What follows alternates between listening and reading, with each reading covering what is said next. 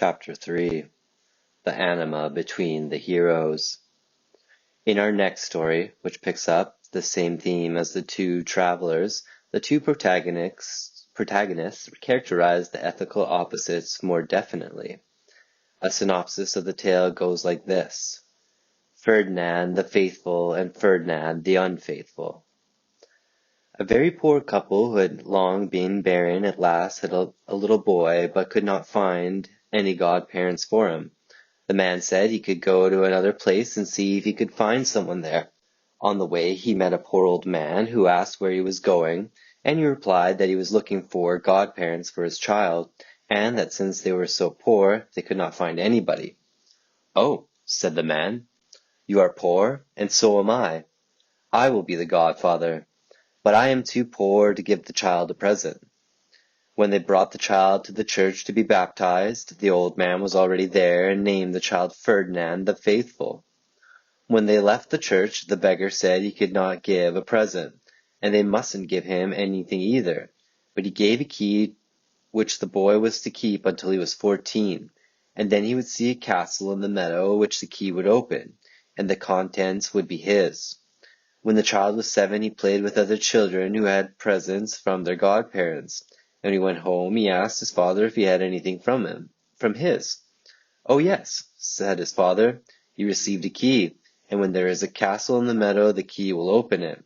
So the boy went to look, but there was no castle. 7 years later, he went again, and there was a castle, and inside it a horse. And the boy was so delighted that he had a horse that he got on it and went to his father and said that now he would go on a journey. On the way he saw a quill pen lying on the ground, but he did not pick it up, for he thought he could always get one if he wanted it. But as he rode away, a voice called to him to pick it up. So he did.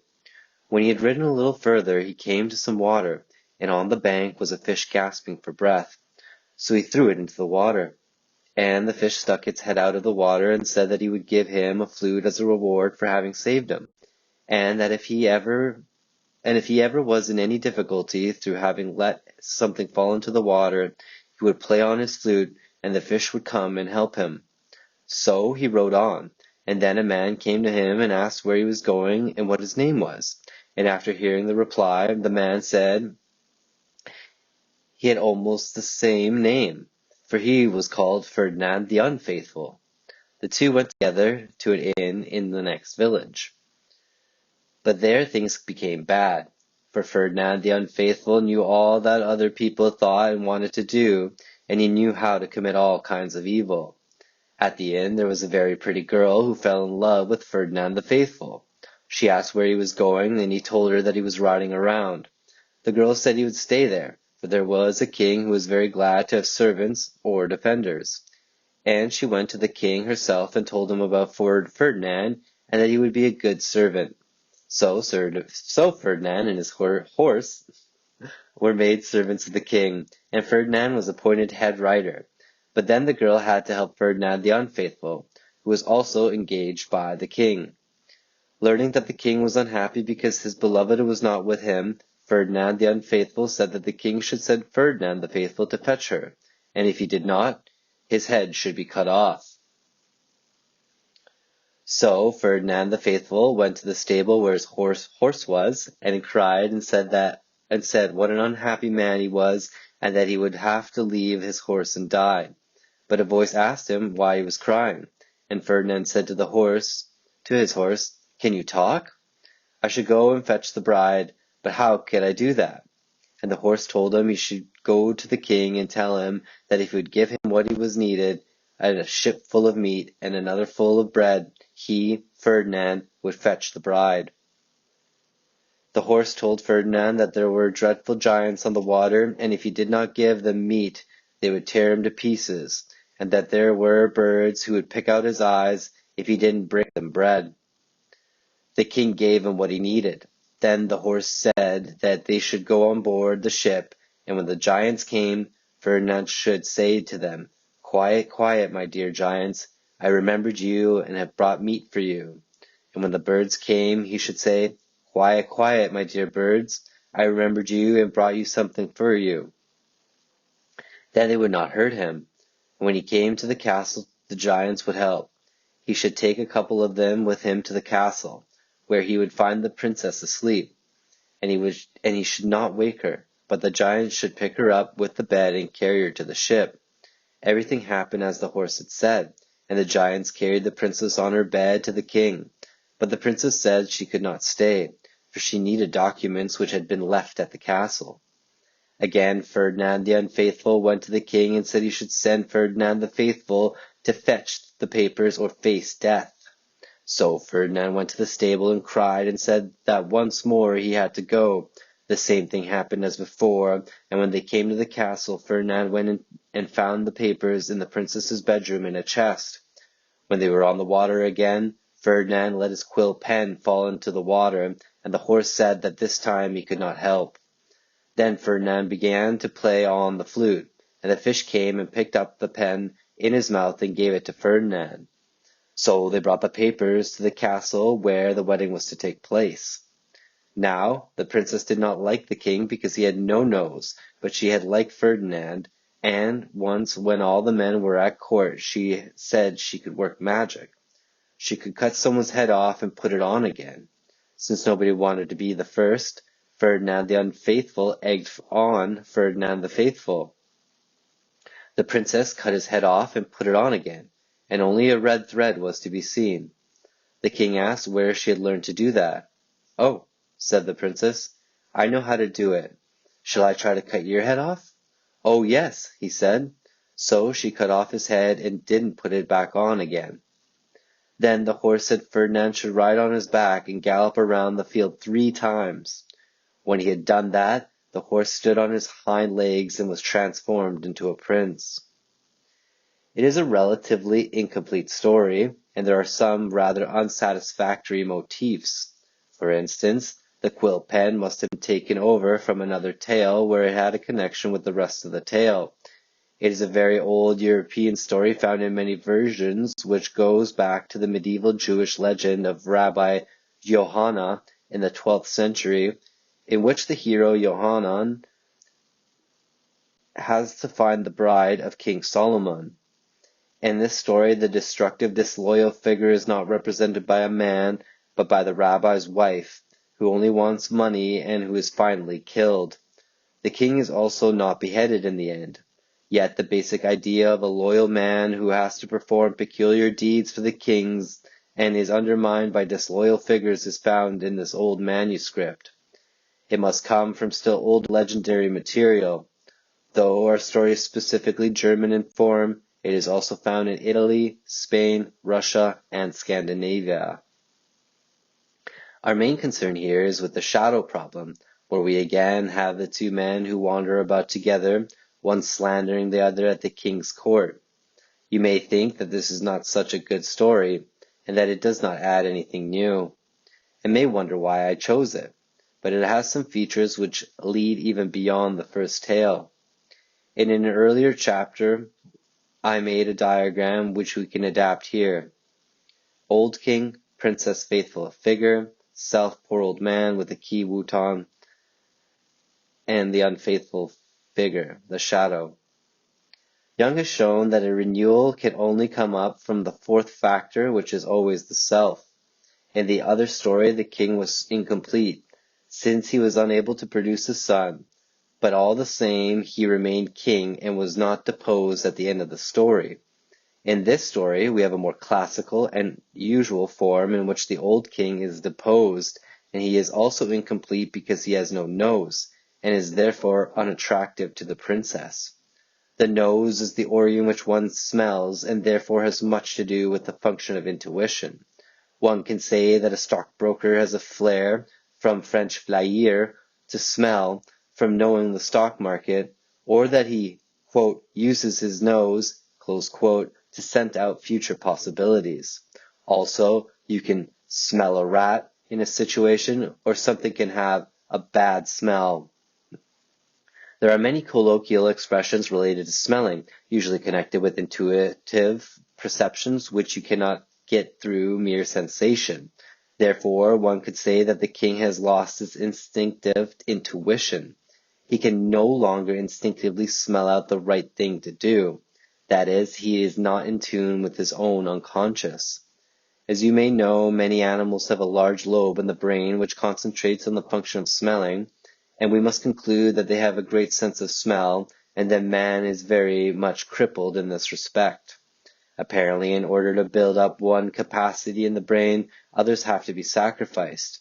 And there is a theory that man's intelligence has been built up by the sacrifice of the sense of smell. People do not depend on sight and smell as much as formerly, and it is possible that these capacities will be sacrificed to produce other functions of the brain. For a capacity lost on one concrete level may return, so to speak, on a higher level. It may become a psychological function and be replaced by intuition, by psychological perception instead of physical perception. Therefore, if the king has no nose, it has lost its natural capacity for distinguishing facts, and that fits in with the fact he smells in with Ferdinand the unfaithful's destructive suggestions and does not smell a rat. Moreover, he has lost his beloved princess and apparently is unable to find her himself. Naturally, the bride does not want to marry a man who has not the courage to come and fetch her himself. The symbol of the self which brings the solution is personified by the poor old man and not by the king. This old man, whom nobody knows and who disappears after the baptism, gave all the connections and all Grimm's fairy tales of other countries, as well as the dates of the oldest manuscripts, etc.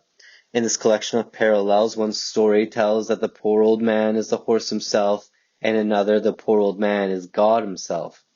Fairy tales frequently speak of God wandering about the earth, and some even start off, in golden days when God was still wandering about on the earth. The idea is that God is a physical entity and walks about and can be met in ordinary form among us is contrary to our idea of God. But in folklore, you often meet with the idea that he goes about in an unknown form, like an old man in the woods. There are interesting amplifications of the figure of the unknown old godfather and the white horse. The old Germanic god Wotan is the god who wanders about among people and who goes to the king's court, his cap pulled down over his blind eye and wearing a gray or bluish-gray coat, and who asks for food and permission to stay the night, and then tells marvelous stories, after which he suddenly disappears, and people know only afterward who it must have been. In another story, Wotan goes to the smithy and has his horse shod, and suddenly the smith sees the white horse jump high over the wall and disappear.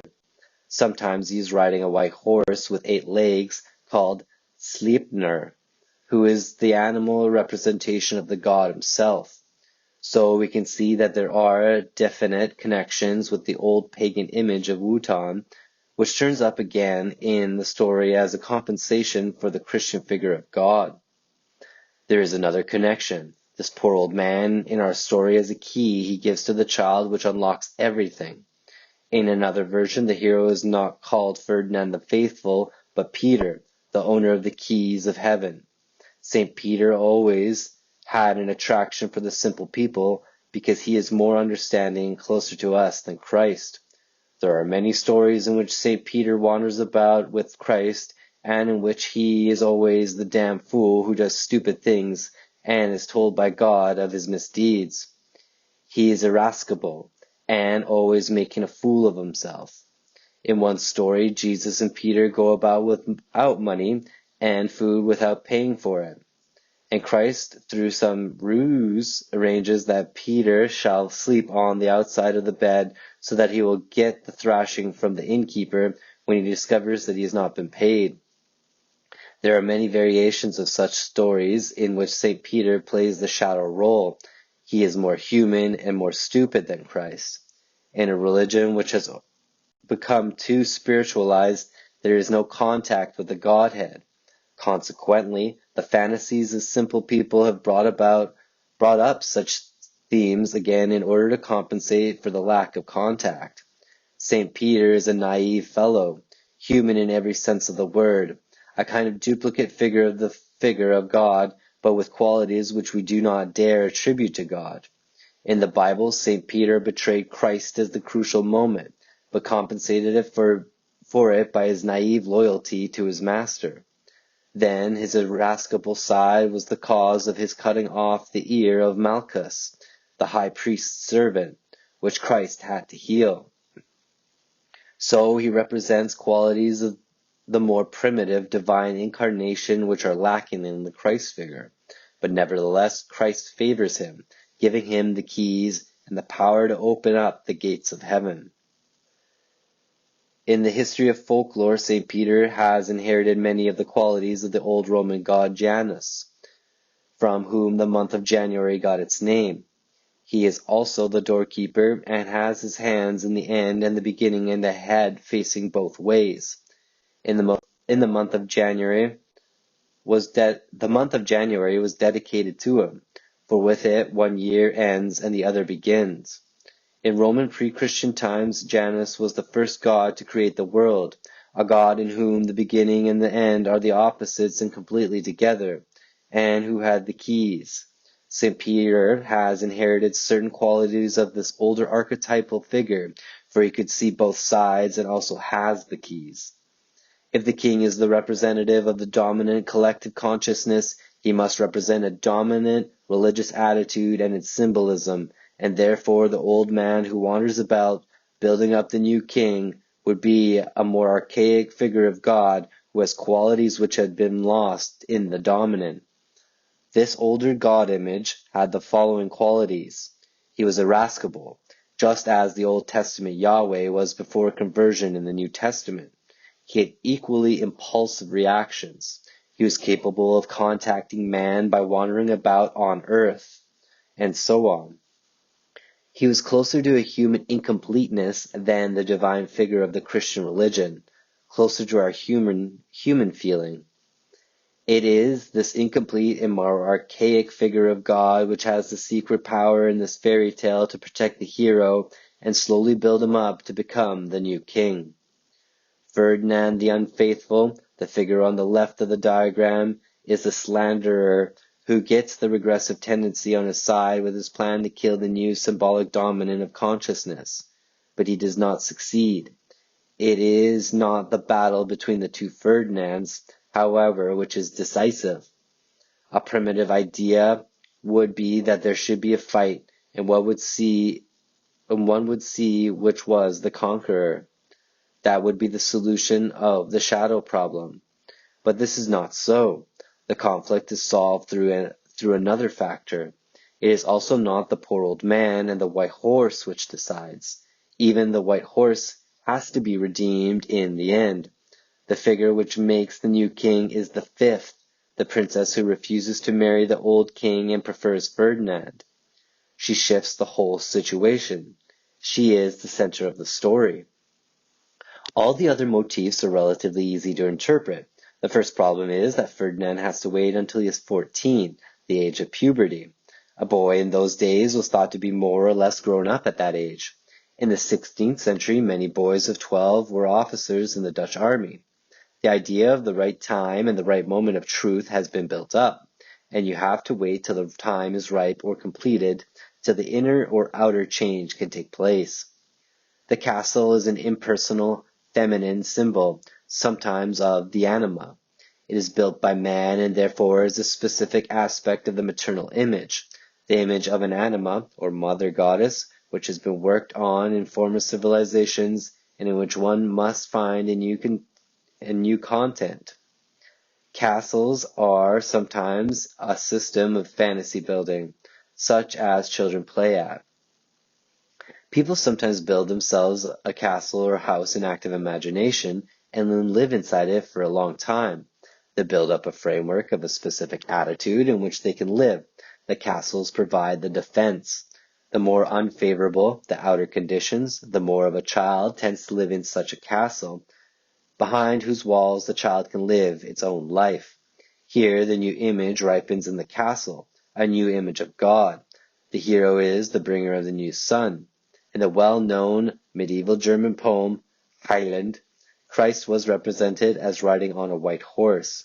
He was the bringer of a new light, and the horse was the instinctive libido which tends toward a new consciousness. In our story, the horse can talk and turns out to be another prince. The princess's lost papers and the idea of the lost feather we can take only as a just-so story.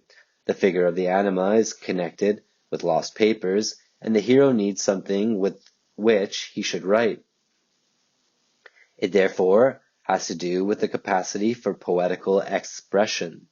Since the story has such a Wotanic background, we must remember that Wotan is the god of poetry and poetic writing, and it might be that the creative quality of the Anima is lost with her and has to be found again through a renewal of the religious attitude. The lost papers must refer to a secret tradition because the Anima has them in her faraway land, i.e. the unconscious, and they have to be brought back into the realm of consciousness. Within the history of the Christian era, new writings crop up from time to time in the endeavor to reinterpret the Christian religion. We might assume that the documents refer to writings of the Albigenses and the Cathars or the legends of the Holy Grail. Attempts to revive the Christian truth in a poetical way or a Gnostic aspect, for such secret traditions could not be taught officially, but got repressed through rigidity of the Christian churches. We may conclude that the documents may have to do with something of this kind and were kept in the realm of the Anima, who wants them to be fetched and insists that she cannot do without them. Also, this princess must be a magician, because she knows how to behead people and glue the head on again. So the documents may refer to her secret recipes for this. They represent unofficial and unrecognized knowledge. Magic is full of antique tradition and practices which still continue. Young was once shown a book of magic incantations that a Swiss peasant used for exorcisms, and it was a perfect Latin prayer to the goddess Venus, recopied by hand from medieval times and still used for such purposes. There are also traditions of the Germanic pagan past. We might assume that the documents have to do with established secret tradition, something with which the Anima is often associated because, being a figure compensatory to consciousness, she always picks up what has been neglected and overlooked and not liked, and which should still be kept alive and looked at. Since the hero has a quill pen, it looks as though he should one day write about possible new interpretations of the unconscious. All we do actually with fairy tales is reinterpret the religious and folklore traditions so that they may be again linked up with the conscious attitude. Fairy tales mean something, and through hearing about them, you can be linked again with those living traditions, which is why I talk about them. It is always a question of bringing up again the Anima's secret documents. Men dream that their Anima is a very learned woman and has a lot of books, and the theme can be developed in active imagination in which a kind of primitive religious teaching is given in a rather pompous style. Quote, "Hearken, people of the earth, and I will tell you a new truth." Close quote. Consequently, men hate allowing the Anima to write particularly because of her bad taste. It means a real act of courage to listen to her. If the Animist figure turns up, or the great medicine man, he will also talk like this. These pompous announcements of the great truth are awfully disgusting to sober-minded people. People with bad taste fall for it, and that is worse still. But more people get sickened. You must do neither. You must have the courage and objectivity to let the Anima announce the truth in her own style and find out what she is aiming at. It is this archaic form and enunciation of the great truth which does not correspond to our modern idea of writing, though certain modern poets, have used it, and Nietzsche, sometimes let Zarathustra talk in this way. I would imagine that the Anima had such documents locked up in her castle. What we have to look at is the strange problem of why the difficult position with the shadow does not lead to a fight, the solution being brought about by another factor. This gives us a practical hint about the personal shadow problem of the individual. As far as I have seen, if the conscious personality is up against the shadow and takes the shadow seriously without cheating and double-crossing, it ends with a complete suspension in the conflict. If the ego takes a one-sided ethical decision and a one-sided moral attitude and gets into real conflict with the shadow, there is no solution. That is one of the problems of our civilization. In most primitive civilizations, people never get into a serious shadow conflict because they can shift unthinkingly from one attitude to another, and the right hand does not know what the left hand does. You can see this in missionaries' reports. They do something for the tribe, which becomes quite attached to them, but then there is an epidemic, and the missionary is blamed and killed. The counter-movement comes up. Afterward, they regret it, but they are not really upset or depressed at what has happened, and life goes on. This is an extreme case of something which happens to us all the time. The shadow conflict does not become too acute because we have a shifting attitude by which we live. We try not to be good and commit all sorts of bad things which we try to be good and commit all sorts of bad things which we do not notice, or if we notice them, we have an excuse, a headache, or it was the other person's fault, or you forget about it. That is how the shadow problem is usually dealt with. I do not actually criticize this because it is the only way we can live. One has a shadow, a strong instinctive power. If one does not want to get stuck in an insoluble problem, one must ignore some things so as to be able to get through life. You get a certain amount of recognition and criticism, but if you do not go too far, you achieve a kind of in-between solution.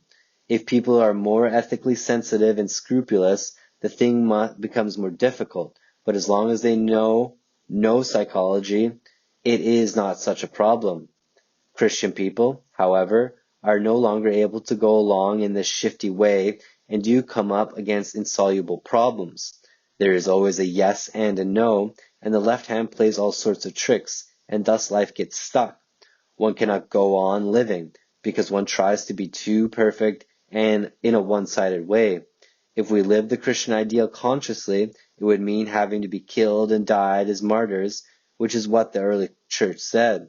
We have to stand up for the imprisoned people in China and get killed for it, or something like that. Most people say that this is foolishness and means that one has a savior complex, so they wriggle out of it and say that as long as the problem of the evil does not come too close, they will leave it to others. An idealistic young man decided to go to the island where the Americans were to experiment with the atom bomb so as to prevent the experiment. Most people would say that he was just a fool, too idealistic, but actually he was trying to live the imitatio Christi. So there you see the conflict. Either you live under the ethical obligation and so reach a dead end, or, if you do not want to be extreme, you regress and play with both ends. That is the conflict the Christian religion has set us. How far shall we go? If we go too far with the shadow problem, we get stuck or we are martyrs, or we have to cheat a little and live the shadow and not look at it too closely in order to keep up a healthy defense. The story of the young man who wanted to let himself be killed as a protest against the atom bomb is a typical example of someone whose fanatical and ethical convictions led to a cul-de-sac and to having to die for one's convictions, killed by the wickedness of the world. Every day the analytical hour brings you up against such conflicts. People try to be decent and so get cut off from their roots and then don't know how to go on. A man may be tempted to have an affair with a woman outside marriage and comforts himself by saying that everybody does it, and one must not make too much of a fuss about it. And, making such excuses, he does it behind his own back, and is then sorry. But when his jealous wife makes a scene, he regresses again. Other people who have the same temptation try to exercise self-control, and say it is not to be thought of, and thus repress and fight the shadow tendency. If it is a minor temptation, they succeed, but if it is very strong, they get depressions and get tired and do not know how to go on in life, and the dreams show the shadow as furious because it did not get its way. That can lead to such a loss of libido that the whole life may get stuck. The man becomes neurotic because the other half of the personality won't accept the decision and is in constant fury about it. He has hypochondriacal fantasies and depressions and bad moods, and has no pleasure in his work. This can be very often be observed with people who try to be too moral, or the husband may be furious with his wife, which is the shadow's revenge because it lost out. In such a situation, whatever the man does is wrong. It is disgusting to give in to the shadow and mean to reject it. If he gives in, he is mean, and if he does not, he is hanged for it. And that is what I would call the typical shadow conflict. No weighing the pros and cons to a solution. If one cannot shift or cheat a little, the basic shadow conflict in human nature is insoluble, for it results in a situation where one cannot do the right thing. At such a time, the weak person will use a crutch and either ask advice of someone else or deny the conflict and say there is none. That, unfortunately, is often done and with no good results. And then you have the old regression where the right hand does not know what the left hand is doing. The fairy tale says that the one endures such a conflict until the creative solution is found. The creative solution would be something unexpected which decides the conflict on another level. Here the image is this anima figure who suddenly switches the whole situation and makes someone else the king. That is, a decision comes from the unconscious which is neither this nor that. It simply switches the situation. The noseless king, the third party whom nobody thought of, has to go, and the situation is thus changed and everything looks different. That is the model of the creative solution in the shadow problem, which is practically what we try to do. To suffer the conflict till something unexpected happens, which puts the whole thing on another level. Then, you might say, the conflict is not solved, but different. In the other aspect, it could never be solved. One has to be crucified and make no move with the ego against the yes and no. It may last weeks or months. It is the tension of the opposites not to be decided by the ego, for such a creative solution of the shadow conflict means giving up the ego and its standards and conflicts. It means complete surrender to the unknown forces within one's psyche.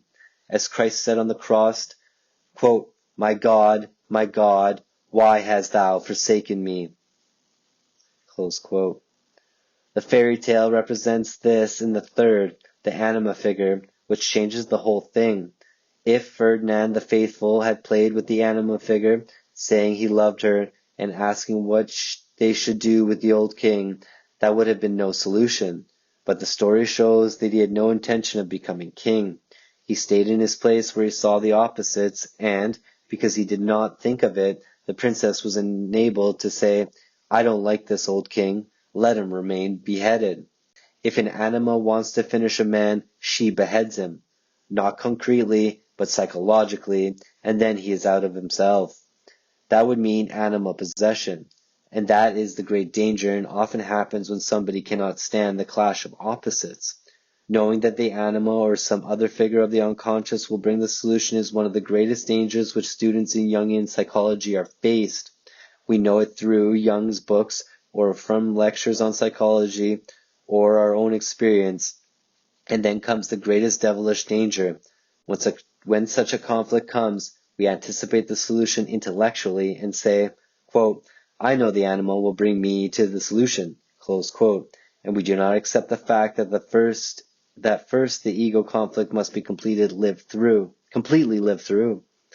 Our story does not tell what happens to the unfaithful Ferdinand. He just fades out of the story. Instead, the transformation of the white horse is told, the latter being also the old beggar who gave Ferdinand the key.